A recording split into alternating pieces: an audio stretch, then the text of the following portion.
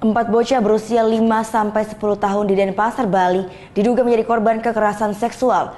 Polisi telah amankan pelaku yang berusia 55 tahun. 2 bocah korban kekerasan seksual Senin siang jalani visum di Rumah Sakit Bayangkara Trijata, Polda Bali.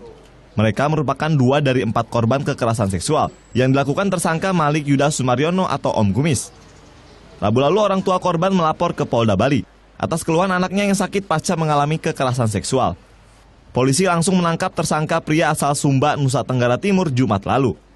Kini korban telah didampingi petugas Pusat Pelayanan Terpadu Pemberdayaan Perempuan dan Anak P2TP2A Denpasar. Selama ini baru 2 yang sudah diperiksa karena yang 1 kemarin belum siap, tapi dari kemarin karena sudah ketemu dia siap memberikan pemeriksaan dan bapaknya juga sudah siap mendampingi anak itu melakukan pemeriksaan. Kemarin sih belum, yang 2 sudah. 4 korban diantaranya 3 perempuan dan 1 laki-laki usianya berkisar 5 hingga 10 tahun.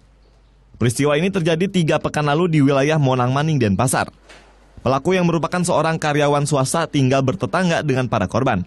Pada saat anak-anak ini main-main, kemudian dipanggil, kemudian dipangku oleh pelaku ya atas nama OM.